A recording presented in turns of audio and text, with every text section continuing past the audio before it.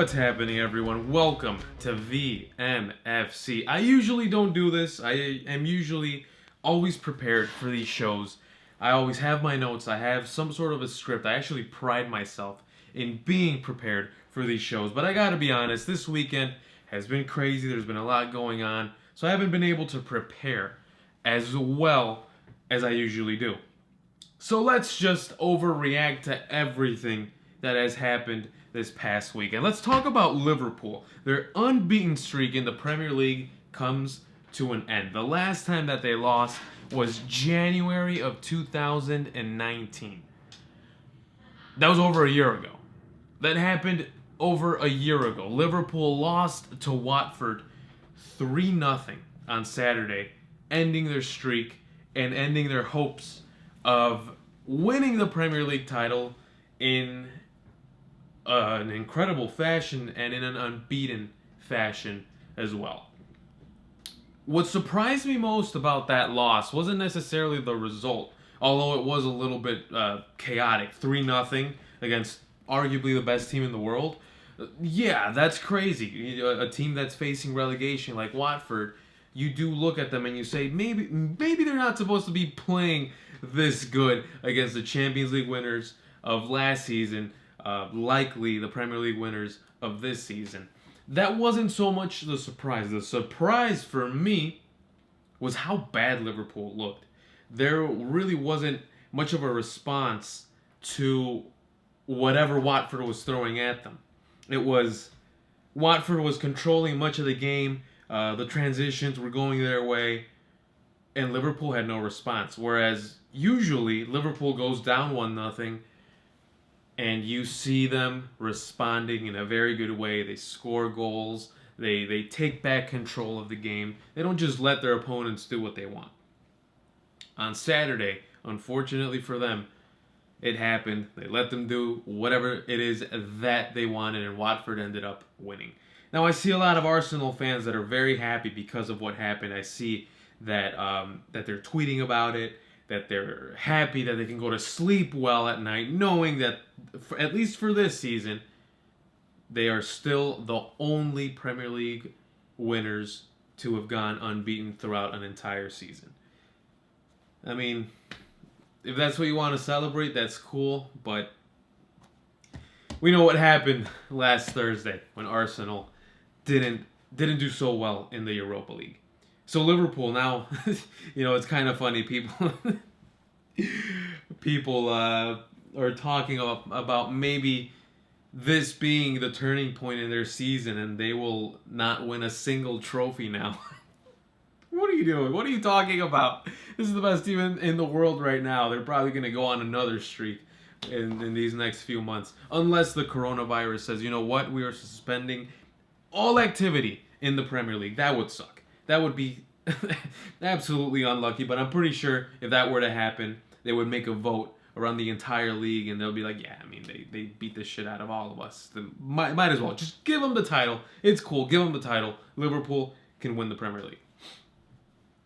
So yeah, that's what happened with Liverpool. Let's talk about Barcelona and Real Madrid. I gotta be honest, I wasn't watching the game, but I do know that Barcelona lost. And I talked about overreactions. Well, let's talk about an overreaction here. Barcelona's season is done. They're second place in La Liga. They're 1-1 leveled in their Champions League tie against Napoli. I'm pretty sure their season is done. They're not going to win the Champions League. They're likely not going to win the league. So then it's over. It's a wrap. It's done. Barcelona's season is over. It's done. Let's just fast forward to the 2020-2021 season, and Neymar comes back, right? That's what's going to happen. And Neymar is going to return to Barcelona, and Messi is going to come to Chicago Fire. No, I'm just kidding. That's not going to happen. Of course that's not going to happen, because they would tax every single Chicago resident to pay Messi's wages. Anyway, I got way off track. Barcelona's season is done. It's over. It's a wrap. That's it. It's done. Barcelona's not going to win a title this season. I've been saying it for months. Barcelona doesn't have the team. They don't have the roster. They don't have the coach. Although Kike Setien was looking a little better, was making the team look a little better, but still this team is just not good enough. They're not good enough to beat Real Madrid.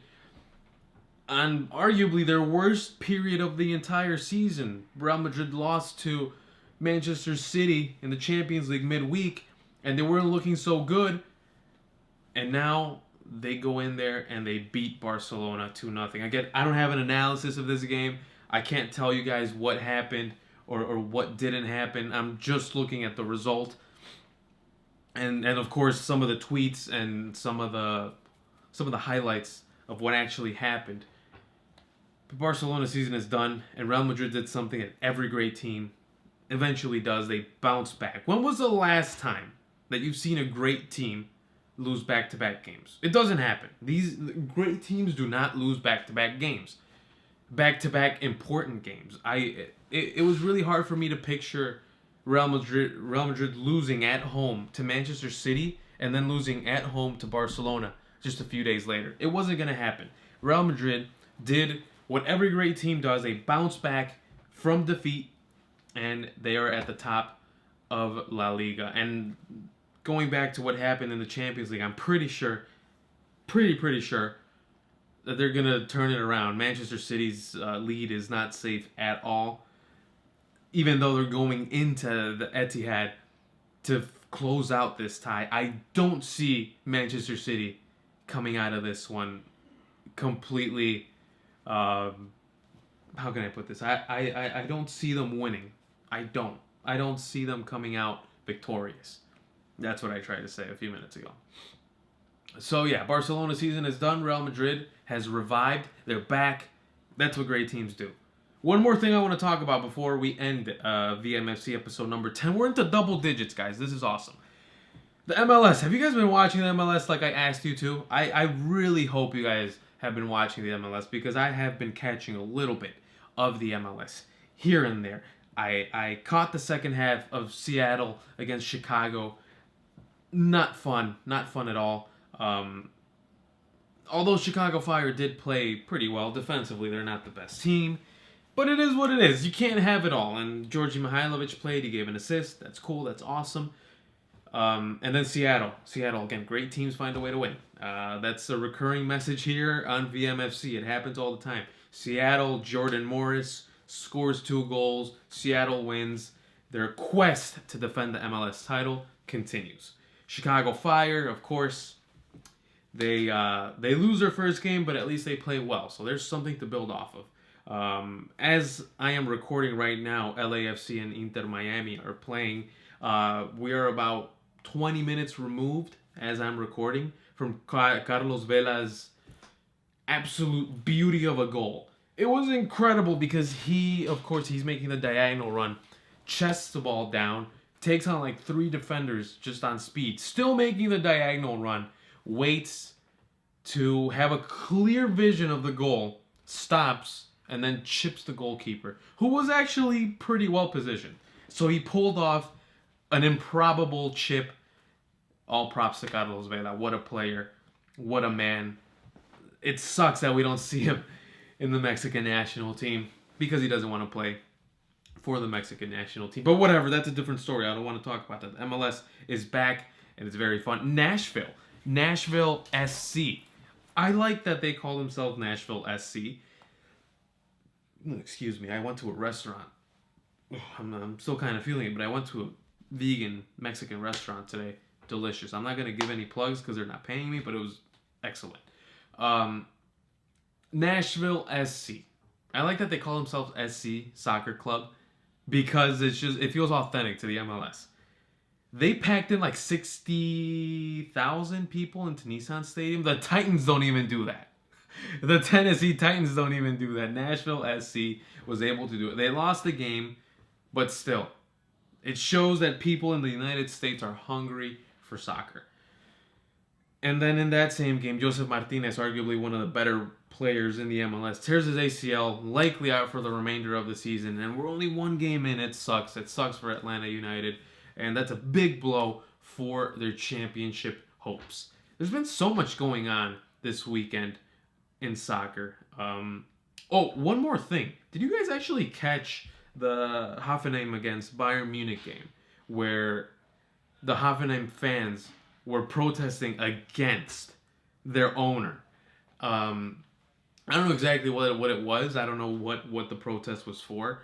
Nor does it really matter to me because I'm not really involved in that. But what I do know is that both players from Hoffenheim and from Bayern Munich kind of agreed in the middle of the game. Let's just pass the ball around. Let's just not play in protest of whatever was going on. I still don't know if they were protesting the fans who were protesting or if they were joining the fans in the protest. I have no idea what was going on, but it was so bizarre. The game was like 6-0. Bayern Munich had absolutely shellacked Hoffenheim. And then for like the last 20 minutes, they just passed the ball around.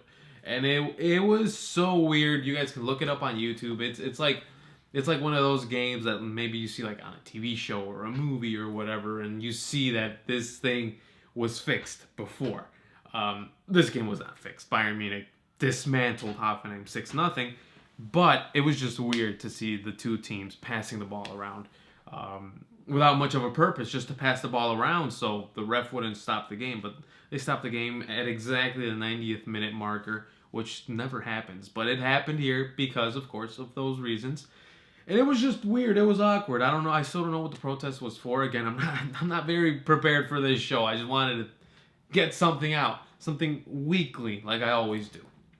There it is, ladies and gentlemen. A bit of a recap of what happened this week. And next week, spoiler alert, I'm going to be in Vegas. I'm going to be in Vegas to watch UFC 248. I'm going to be in Las Vegas. So if you guys are interested in meeting me, I don't know if anyone would. But I'm going to be with Nick.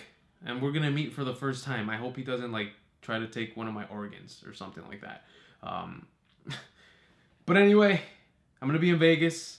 It's going to be a pretty cool episode because I plan on talking about the Champions League next week because there's going to be a Champions League week the following week. So I will be talking about the Champions League. Maybe Nick will chime in and talk about the Champions League. He'll make his first official appearance on this format of VMFC. As for me, you can follow me on Twitter and on Instagram at AlexPerezFC. Subscribe to the show all over the place, wherever it is that you listen to your podcast. Follow us Twitter, Facebook, Instagram at Veterans Minimum. Subscribe to the damn YouTube channel, please. And thank you so much. Until next week or in a few days if something important pops up, take care, everyone. Be prepared, unlike me. Goodbye.